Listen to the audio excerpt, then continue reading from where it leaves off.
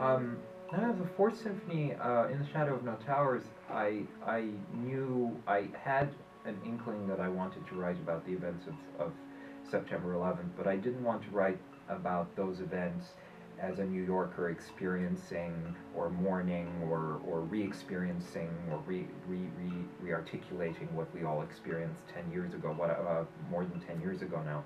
Um, what I wanted to do was to write about the aftermath of the events and how we dealt with them. In The Shadow of No Towers was actually premiered 10 years after the U.S. invasion of Iraq, which was sort of one of the most immediate, in my opinion, faux pas that followed the the events. And a lot of commentary of In the Shadow of No Towers is how the human element of this terrible tragedy of people, innocent people, going to work and meeting that fate has become overshadowed by it becoming a cultural cause or a political cause that very, very powerful people have used for their own good. I mean, there's no one in New York City who is not touched by this. I know people who perished. I know sons and daughters of people who perished. So for us, it's a very personal thing, and it's about the people, and you can't separate it from that. So in a way, that was my message with the piece. And I'm very gratified that wind ensembles are largely made up of young people. The best wind ensembles. We're sitting here in Tennessee, where we have one of the best wind ensembles. We've done this with Kansas. We've done it with Ohio State. We've done it in New York.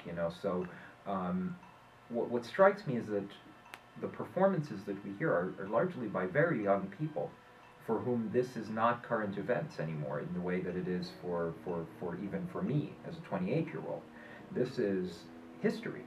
There are 18-year-olds playing this piece, and people who were 4 or 5 at the time of the events, who didn't have that conscious reaction of looking up and saying, oh, whatever we thought as mature or adults or teenagers, or well, we will very soon be at war or whatever.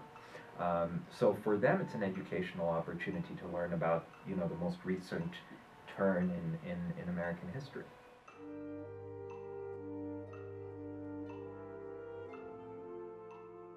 Well, I've spoken a lot about why In the Shadow of No Towers is a wind symphony. Part of that also has to do with the commission, you know. The other part of it is that it's based on a comic book, and I was very attracted to the idea of using native American art forms. By that I mean art forms that were developed here in the United States, and we have very, very few of those. One is the Wind Ensemble, which was developed, of course, at Eastman, and has developed this very, very strong tradition, Sousa onwards, into the modern day. Another is jazz. A third is what came out of Nashville, sort of the country music bluegrass that flowered here. A fourth is really what came out of New York City, which was this Broadway, the Broadway musical, the musical theater. The fifth is the comic book. And so we have very few of these, and I was very attracted by the concept of combining the wind ensemble with the comic book as sort of two mediums.